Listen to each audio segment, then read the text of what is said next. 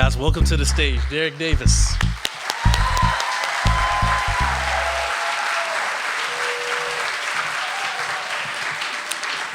It was February the 3rd, 2011. I arrived at Henry Ford Hospital on West Grand Boulevard. As I go into the hospital and head for the elevators and head to the floor to go in my dad's room where he is clinging to life, his last minutes of it, and I'm in the room and I'm staring at my father and he's looking up at me like he has so much to say. But he's so weak and he's so frail, he can't say anything.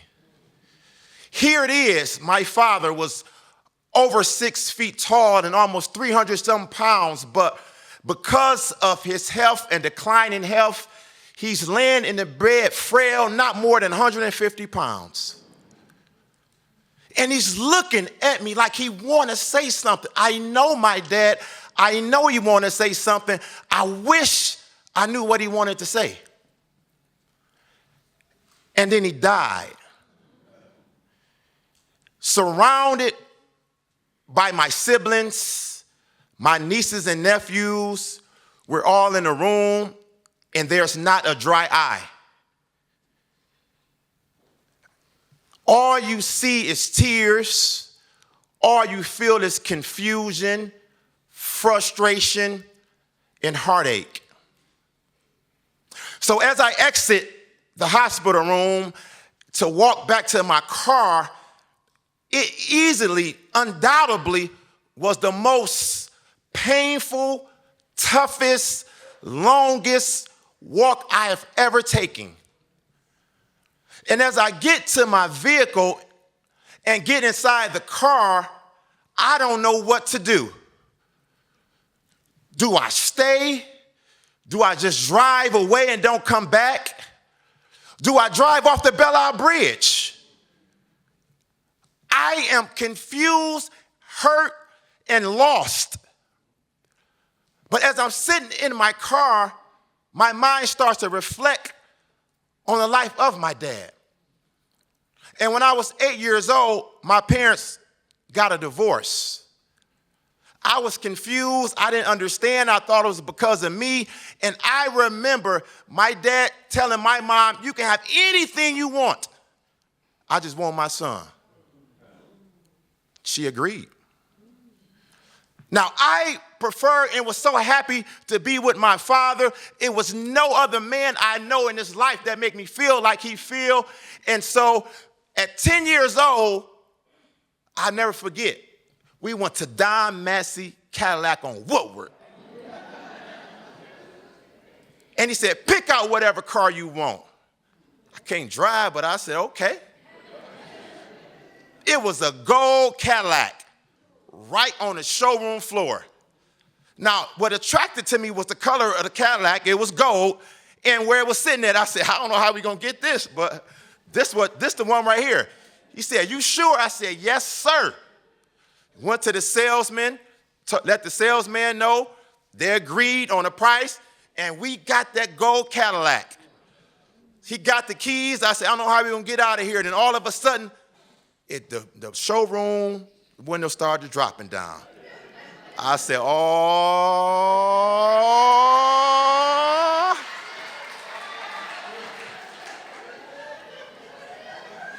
So we drive off the showroom floor in that gold Cadillac, and the first place we went, I'll never forget this neither, was Young's Barbecue on 94 in Mount Elliott.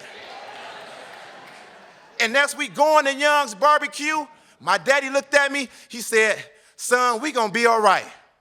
I said, "I know." We going to Young's Barbecue, get a slab of ribs with extra sauce and some fries. Because that's what we ordered when we went to Young's Barbecue.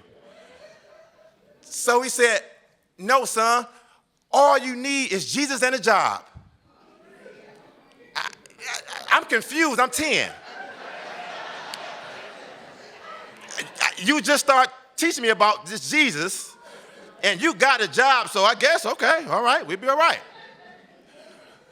And so it's not till I got older and mature, I really fully understood what he was talking about at that time. But my dad had so many different sayings that stuck with me, but didn't get to start sticking with me until I experienced them myself in life. One thing he used to always say is, son, the same things make you laugh are the same things make you cry. This is impossible. You telling a 13-year-old the same thing make him laugh, make you cry. Because Dad, the stuff me and my friends laugh about in school, I don't think we're going to cry about that same stuff. But I didn't understand it. But I knew it had to make sense because my dad was telling me it. So it didn't hit me. And when it hit me like a Mike Tyson punch or something. Every time before my dad passing, when his name was brought up, I would laugh, I would smile, I would get so excited because you're talking about my dad. But when my dad passed, and then his name started to be brought up, or memories started to jog, and they talking about how he used to be and things he used to do, then I got sad. Then I didn't feel so good. Then that same laughter that I had when he was here turns into tears now that he's gone. And then it hit me. The same things that make you laugh are the same things that can make you cry. I said, that's what my dad used to always tell me. Then he had another saying, right? He used to say, son, you know what? Being broke ain't so bad. It's just so damn inconvenient.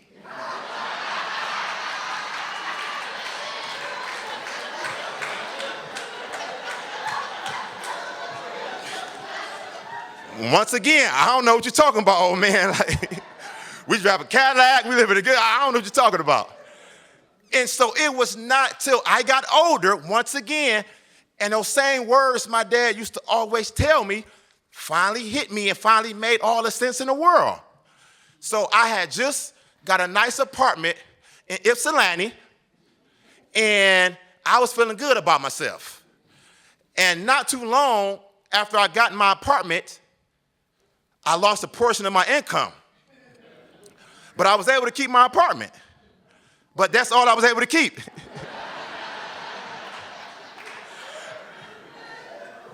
And I turned into a ramen noodle guru. I ate ramen noodles for a month straight. I ate them blackened, broiled, grilled, fried, boiled, microwave, whatever. And however they can be made, I made them. But then it hit me. I said, that's what my daddy was talking about. Being broke, it ain't so bad. I still got a place to stay. But it's just so damn inconvenient. So I called my daddy. I said, Daddy, I see what you're talking about. He said, what you talking about? I said, you talking about that being broke and inconvenient? Oh, yeah. Oh, so what happened, huh?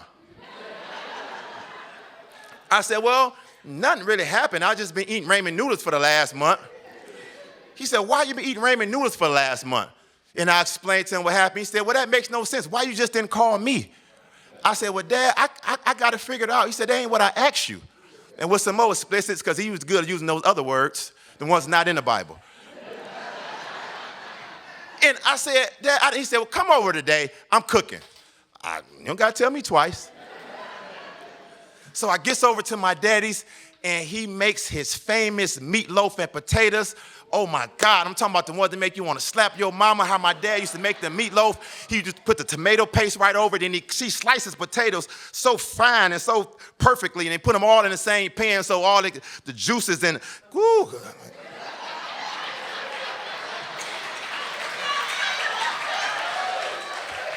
Had a moment.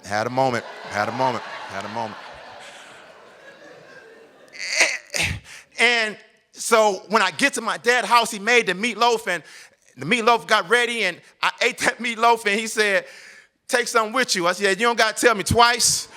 And so I went to bag the stuff up. He said, hold on before you go. You don't have to eat no ramen noodles for a month, son.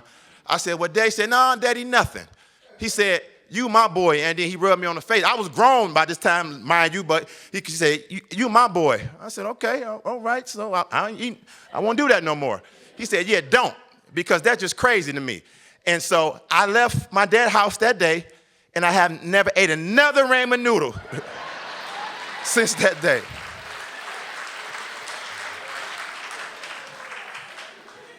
And one thing about my dad, I'm standing here today honored I get a chance to honor my father because he helped me to be a better man.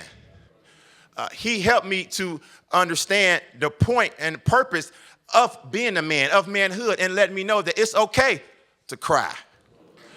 It's okay to show that you love someone. It's okay to tell your sons that you love them. And it's okay to not only you should always be a man, but stand up like a man. And so I am glad today that I'll get an opportunity to honor my father, Walter E. Cheeks, who was the ultimate man, who was the ultimate provider, who was the ultimate protector, who was the ultimate comedian, who was the ultimate cusser, who was the ultimate storyteller, who was the ultimate role model, who was the ultimate father. Thank you.